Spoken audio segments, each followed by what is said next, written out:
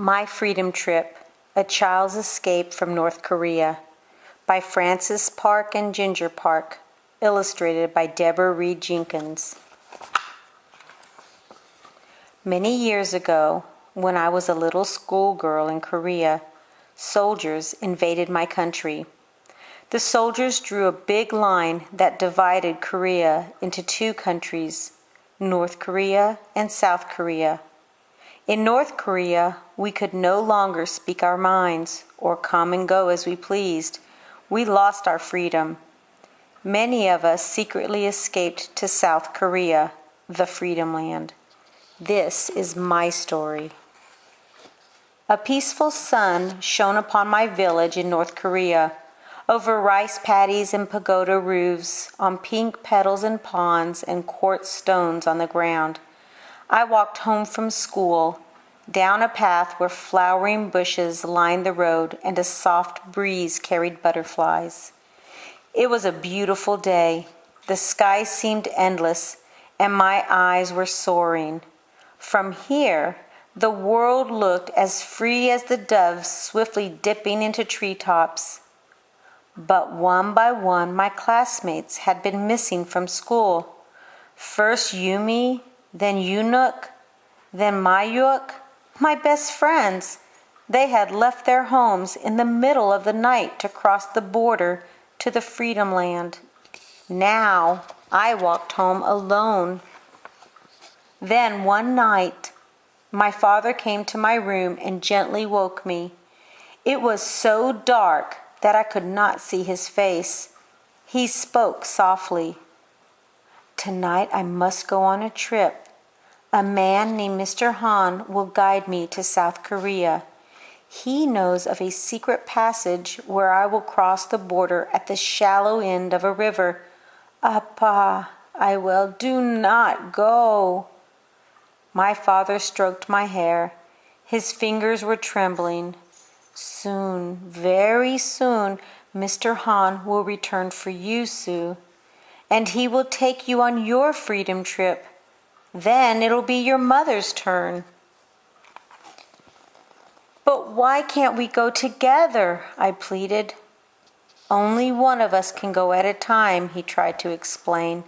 "Less people means less danger of being captured by soldiers." What was danger? It sounded as deep and dark and cold as a river. My father kissed my cheek, then left my side. He stood in the doorway for a long time. "I will be waiting for you on the other side of the river," he promised. My mother and I waited word of my father. Every morning we sipped barley tea, wondering where he was. Every evening we played ute, still wondering. One evening, full of moon and warm winds, we heard a tap, tap, tap. My mother dropped her ute sticks and rushed to open the door. A man in white peasant clothing stood in the doorway.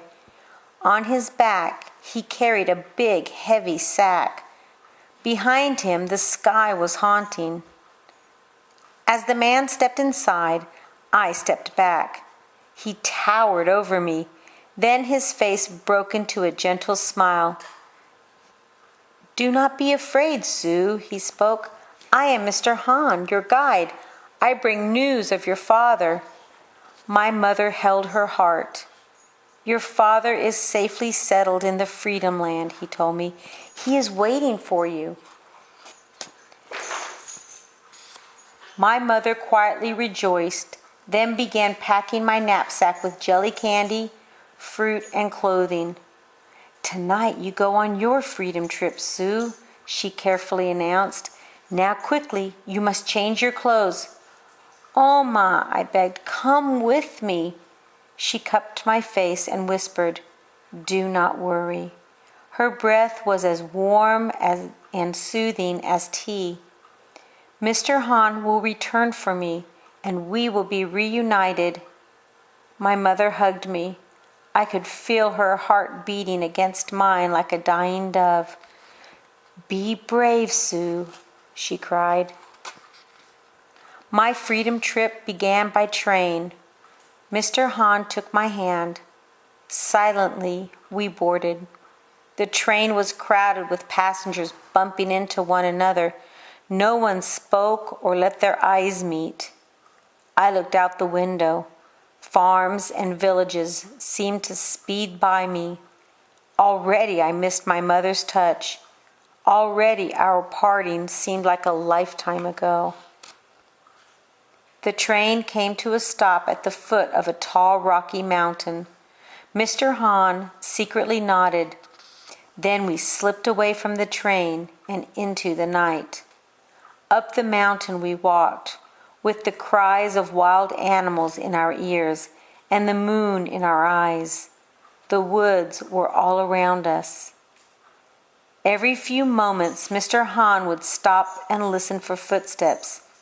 I would listen too. As we were as still as rocks. Then he would wink at me, and we would continue up the mountain. All at once, footsteps were upon us.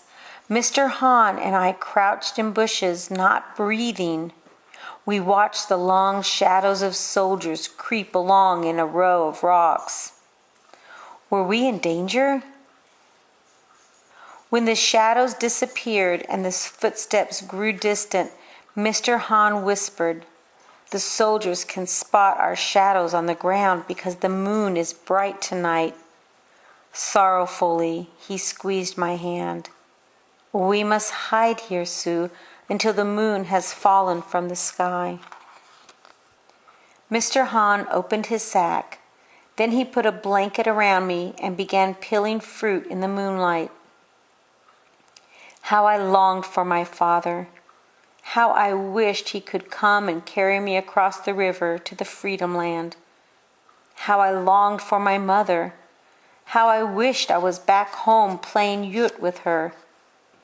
In a gust of wind, her last words came to me, "Be brave, Sue." In time, the moon vanished behind the mountain. All was dark over Korea. Mr. Han took my hand. We were like owls, looking everywhere. We walked until daylight touched the mountainside, and grass and wildflowers and four-leaf clovers, until the sound of rushing water reached my ears. "I can hear the river," I whispered. Mr. Han nodded knowingly. "You are close to freedom, Sue." Suddenly, leaves rustled. We stopped and listened for footsteps. Mr. Han's hand trembled in mine. Were we in danger? A soldier leaped into our path. His eyes darkened, and as he raised his weapon, "Halt!" he demanded. "Turn around and go back to your village." Mr. Han pleaded with him. "I will go back, but please let the child go. Her father is waiting for her across the river." "No one is allowed to cross the river," the soldier shouted. "I beg you, let the child go." Mr. Han continued to plead. "She has come a long way without sleep." The soldier's attention turned to me. I did not move. I did not speak. The mountain was so quiet I could hear a breeze pass through the trees. It carried my mother's message. "Be brave, Sue." After a long, silent spell, the soldier lowered his weapon. He looked away from me. I heard him whisper, "Go quickly, child." Mr. Han guided me toward a dark, mossy opening in the woods. "I must go back, but you are free, Sue. Go, go." I ran without thinking. I was so frightened I forgot where I was going. Then I saw the river. The water was so blue, my eyes were swimming in every direction. And there was my father, waving wildly from the other side, the Freedom Land. "Sue, Sue," he cried out. "Appa," I cried back. I rushed into the river, embracing the sun and the sky. I was free. Shortly after my freedom trip, soldiers were posted along the border, and my mother was forced to stay in North Korea. Soon, the Korean War broke out. The war was bigger than any mountain and more haunting than any sky. When the fighting ended, my country was still divided. I never saw my mother again. How could we have known that the river I crossed would separate us forever?